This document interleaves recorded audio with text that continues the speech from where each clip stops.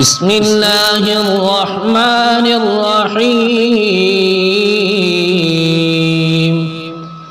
لن تنالوا البر حتى تنفقوا مما تحبون وما تنفقوا من شيء فإن الله به عليم كل الطعام كان حلا لبني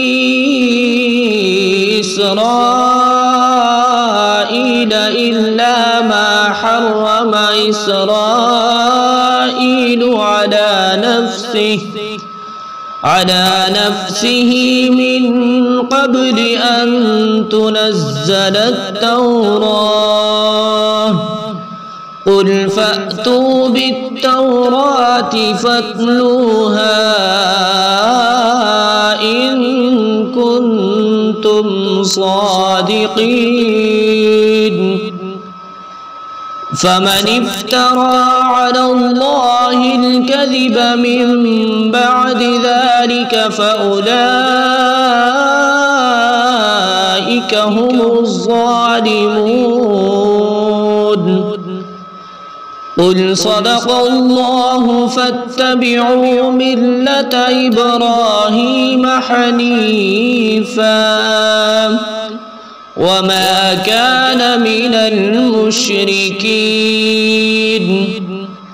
إن أول بيت وضع للناس للذي ببكة مباركا وهدى للعالمين فيه آيات بينات مقام إبراهيم ومن دخله كان آمنا ولله على الناس حج البيت من استطاع إليه سبيلا ومن كفر فإن الله غني عن العالمين قل يا أهل الكتاب لم تكفرون بآيات الله والله شهيد على ما تعملون قل يا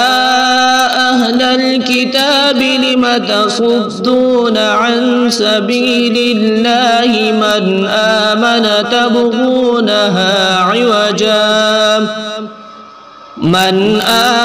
تبغونها عوجا وأنتم شهداء وما الله بغافل عما تعملون يا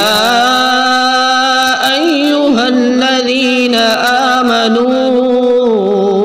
إن تطيعوا فريقا من الذين أوتوا الكتاب يردوكم بعد إيمانكم كافرين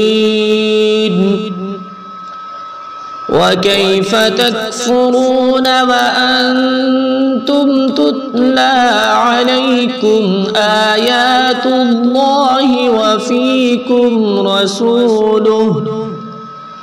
ومن يعتصم بالله فقد هدي إلى صراط